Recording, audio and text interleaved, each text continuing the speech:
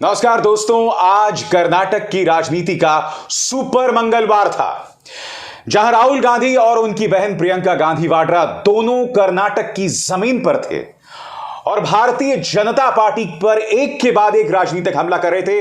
वहीं जहां प्रधानमंत्री नरेंद्र मोदी केरल में मौजूद थे, अमित शाह जो है वो विजयपुरा कर्नाटक से जोर आजमाइश कर रहे थे। राहुल और प्रियंका, उन्होंने एक शब्द पकड़ लिया है दोस्तों, एक अंक पकड़ लिया है, 40%। जी हां, यह तंज लगातार राहुल और प्रियंका जो हैं वो भारतीय जनता पार्टी पर कर रहे हैं। बकौल प्रियंका गांधी, यह 40% कमीशन की सरकार है।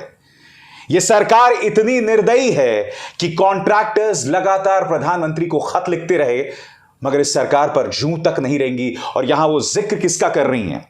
यहां वो जिक्र कर रहे हैं संतोष पाटिल, जो कि खुद एक भाजपा का कार्यकर्ता था। उसे इस कदर भ्रष्टाचार का सामना करना पड़ा कि उसने आत्महत्या कर ली। देखिए 40% अंक पर किस तरह से प्रियंका गांधी वाड्रा ने आज अपनी टाउन हॉल मीटिंग में मोदी सरकार पर या बीजेपी सरकार पर हमला किया। सबसे ज्यादा दुख की बात तो ये कि ये जो 40% की सरकार चली, उसने आपको लूटा,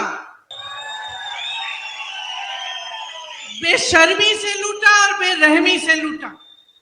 आपने सुना होगा कि कितने कॉन्ट्रैक्टर्स ने आत्महत्या की।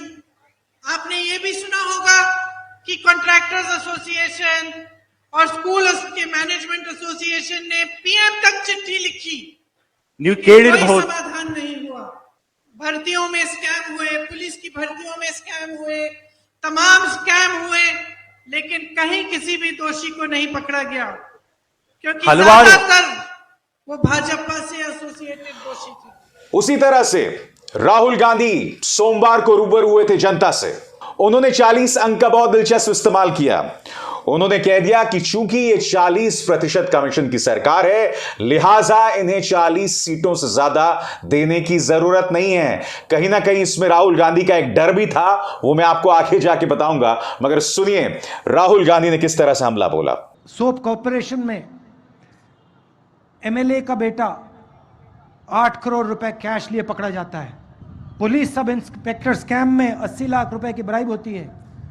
असिस्टेंट प्रोफेसर के लिए पैसा लिया जाता है, स्कैम होता है। असिस्टेंट इंजीनियर जॉब स्कैम होता है। मतलब जहां भी देखो बीजेपी के लोग 40% लेते हैं। इन्होंने सरकार बनाई, पिछली सरकार, ये भी इनकी नहीं थी, ये भी चोरी की सरकार थी। मतलब वोट किसी और को दिया, पैसा देके खरीद लिया, सरकार बना दी। अच्छा, इनका एमएलए कहता है, बीजेपी का एमएलए कहता है कि 2500 करोड़ रुपए में बीजेपी का सीएम पोस्ट खरीदा जा सकता है। मतलब आपके भविष्य की कीमत बीजेपी के मुताबिक 2500 करोड़ रुपए। इनको ये 40 नंबर अच्छा लगता है, इस बार 40 सीटें दे देना इनको। तो एक तरह से कहा जा सकता है कि जुगलबंदी है इस वक्त भाई और बहन की, प्रियंका और राहुल गांधी का। और इनकी जो सामूहिक ताकत है, इनकी जो दोहरी ताकत है ना, वो भारतीय जनता पार्टी की रातों की नींद हराम कर रहा है। हमें यह नहीं भूलना चाहिए कि कर्नाटक में इस वक्त कांग्रेस की सबसे बड़ी ताकत यह शख्स है सिद्धारमैया, जिनकी लोकप्रियता इस वक्त 7वें आसमान पर है। राहुल और प्रियंका वहां जरूर हैं, मगर एक तरह से कहा जा सकता है एक सपोर्टिंग कास्ट में है। सिद्धारमैया जो है, उनकी लोकप्रियता लगातार बढ़ती जा रही है और वही है कांग्रेस की सबसे बड़ी ताकत। मैंने आपसे कहा कि 40% अंक से कहीं ना कहीं राहुल गांधी के मन में डर भी है। उन्होंने कहा कि भारतीय जनता पार्टी को 40 सीटों पर समेटो, वरना ये लोग कांग्रेस को तोड़ के सरकार बना लेंगे। उनके मन में पिछली कर्नाटक सरकार थी, उनके मन में मध्य प्रदेश थी, और उनके मन में वो तमाम सरकारें थीं जिसे तोड़ फोड़ कर भारतीय जनता पार्टी ने सरकारें बना ली थी, सत्ता चाहे जिसकी भी आए। सुनिए राहुल गांधी ने क्या कहा। कांग्रेस पार्टी को कम से कम 150 सीटें देनी है, नहीं तो फिर से ये आपसे जो इन्होंने पैसा चोरी किया है उससे ये सरकार को खरीदने की कोशिश करेंगे, और इनको 40 सीट से ज्यादा मत दे देना। दोस्तों, राहुल और प्रियंका लगातार भ्रष्टाचार के मुद्दे पर हमला बोल रहे हैं। प्रियंका ने तो यह तक कहा कि एक विधायक के घर में करोड़ों रुपए मिले, उसके बेटे के तार एक रिश्वत कांड से जुड़े, मगर वहां पर ईडी नहीं जागी, सीबीआई नहीं जागी, इनकम टैक्स नहीं जागी। यानी कि कहीं ना कहीं भारतीय जनता पार्टी की जो कर्नाटक सरकार है उसका नाम भ्रष्टाचार से जुड़ गया। क्या कहा प्रियंका गांधी ने, आइए सुनते हैं। आपने शायद पढ़ा होगा कि एक विधायक के बेटे के पास 8 करोड़ रुपए कैश में मिले। उस पे कार्रवाई करने के बजाय उनके पिता ने तो परेड निकाल ली, किसी को नहीं छोड़ा, कोविड के मरीजों को नहीं छोड़ा, स्कूल के बच्चों के अंडों को नहीं छोड़ा, जहां देखो वहां पे जहां मौका मिला इन्होंने आपको लूटा। और राहुल गांधी ने तो अपने मन से बहुत ही दिलचस्प अंदाज में भारतीय जनता पार्टी को भ्रष्टाचार से जोड़ दिया। उनके साथ मंच पर थे जगदीश शेट्टर, पूर्व भाजपा के नेता जो 2012 और 2013 में भाजपा की तरफ से कर्नाटक के मुख्यमंत्री हुआ करते थे। अब वो कांग्रेस में। बकौल राहुल गांधी, जगदीश शेट्टर पर भ्रष्टाचार का एक भी आरोप नहीं है, इसलिए उन्हें टिकट नहीं दिया गया। यानी कि जगदीश शेट्टर के बहाने राहुल का करारा हमला। सुनिए। जब शेट्टर जी बोल रहे थे, मैं सोच रहा था इतने सीनियर नेता को बीजेपी ने टिकट क्यों नहीं दिया। कर्नाटक में बीजेपी को उन्होंने खड़ा किया, क्या कारण है कि इनको बीजेपी से निकाल दिया। उन्होंने कहा मेरे बारे में कोई टेप नहीं है, मैंने कोई भ्रष्टाचार नहीं किया। इन्होंने भ्रष्टाचार नहीं किया इसलिए इनको टिकट नहीं मिला। मतलब इन्होंने 40% नहीं खाया, 40% नहीं खाया, बीजेपी में नहीं हो सकते, टिकट नहीं मिल सकता, मंत्री नहीं बन सकता। मैं आपको बतलाना चाहूंगा दोस्तों कि बहुत दिलचस्प अंदाज में राहुल और प्रियंका कर्नाटक के जो प्रतीक हैं, उनके जो बड़े बड़े ब्रांड्स हैं ना, उसके जरिए हमला बोल रहे हैं। मैं आपको याद दिलाना चाहूंगा, अभी 2 ही दिन पहले राहुल गांधी ने किस तरह से गुरु बासवानंद का जिक्र किया था और उसके जरिए उन्होंने भारतीय जनता पार्टी और अडानी को एक तरह से घेरा था। आज भी नंदनी ब्रांड, जो कि एक बहुत संवेदनशील मुद्दा बन गया है कर्नाटक की राजनीति में। जी हां, नंदनी बनाम अमूल, क्योंकि बीजेपी पर यह आरोप लगाया जा रहा है कि वो अमूल ब्रांड को मजबूत कर रहे हैं और नंदनी, जो कि कर्नाटक का लोकल मिल्क ब्रांड है, दूध ब्रांड है, उसे कमजोर किया जा रहा है। नंदनी बनाम अमूल वो अपने आप में एक बहुत बड़ा मुद्दा हो गया है, या सरल शब्दों में कहा जाए कर्नाटक बनाम गुजरात लॉबी, क्योंकि अमूल की पहचान कहीं ना कहीं गुजरात लॉबी से की जा रही है।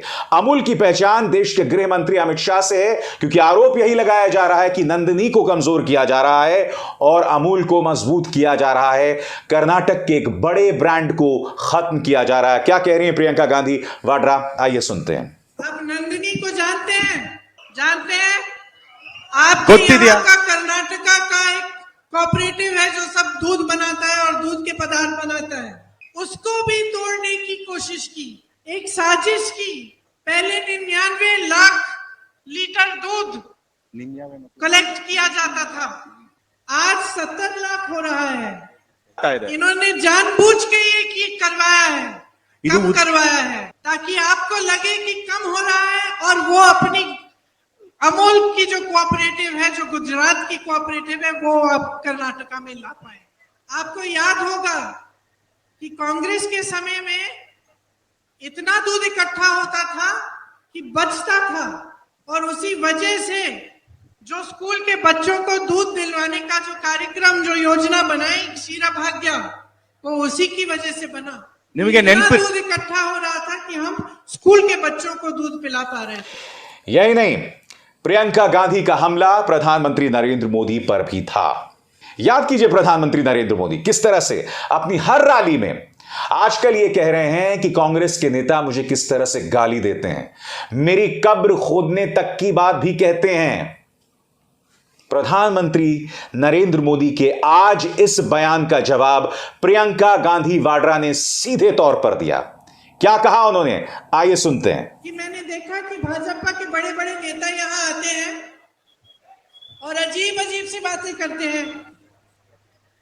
मैंने सुना प्रधानमंत्री जी कह रहे थे कि उनकी कब्र गाड़ना चाहते हैं विपक्ष के नेता। ये कैसी बातें हैं? इस देश में कोई ऐसा नहीं होगा जो नहीं चाहता कि हमारे प्रधानमंत्री की सेहत अच्छी रहे और उनकी लंबी उम्र रहे। लेकिन मैं आपसे पूछना चाहती हूँ, क्या ये चुनाव का मुद्दा है? क्या ये चुनाव का मुद्दा है? अजीब अजीब से मुद्दे, अजीब अजीब से विषय उठाते हैं, लेकिन आपकी बात क्यों नहीं करते? महंगाई की बात क्यों नहीं करते? बेरोजगारी की बात क्यों नहीं करते? आपको आगे बढ़ाने की बात क्यों नहीं करते? तो मैं आपसे कहना चाहती हूँ कि ये आपका काम है कि आप इस चुनाव को अपने मुद्दों पर केंद्रित रखें। ये चुनाव मोदी जी के बारे में नहीं है, ये चुनाव किसी भी नेता के बारे में नहीं है, चाहे वो किसी भी पार्टी का हो। ये चुनाव आपके कर्नाटका के बारे में है। दोस्तों, यकीनन आने वाले दिनों में यानी कि 10 मई से पहले जब वोट डाले जाएंगे तो प्रियंका और राहुल दोनों एक मंच पर भी दिखाई देंगे। मगर भाई और बहन का कर्नाटक में होना यह कांग्रेस के लिए जबरदस्त फायदे की बात है, क्योंकि इस वक्त जैसे मैंने कहा उनके पास सिद्धरमैया जैसे नेता हैं जिनकी लोकप्रियता लगातार बढ़ रही है। मैं आपको याद दिलाना चाहूंगा कि राहुल गांधी ने जब भारत जोड़ो यात्रा की थी और जब वो कर्नाटक से गुजर रहे थे तब उन्हें कर्नाटक में अभूतपूर्व प्रतिक्रिया मिली थी दोस्तों, और उसमें एक बहुत बड़ा किरदार निभाया था सिद्धरमैया ने। एक तरफ तो सिद्धरमैया जैसी राजनीतिक शख्सियत और दूसरी तरफ राहुल और प्रियंका गांधी की साझा ताकत, और इस वक्त जनता में उन्हें शानदार प्रतिक्रिया भी मिल रही है। याद कीजिए दोस्तों, राहुल गांधी को अपने इस रोड शो में किस तरह से प्रतिक्रिया मिली थी, अपने पूरे स्क्रीन पर देखिए। और इत्तेफाकन यह ठीक एक दिन बाद था जब राहुल गांधी को अपना घर छोड़ना पड़ा था। उन्हें घर से निकाला गया और अगले ही दिन हाथों हाथ कर्नाटक की जनता ने उन्हें ले लिया। राहुल और प्रियंका, उनके रोड शोज लगातार जनता में लोकप्रिय हो रहे हैं, और अगर ये दोनों एक साथ आते हैं और बीच में सिद्धरमैया होते हैं तो यकीन मानिए इस चुनाव की ये निर्णायक तस्वीर बन जाएगी। मगर क्या इसका अर्थ यह हुआ कि कांग्रेस ये चुनाव आसानी से जीत जाएगी?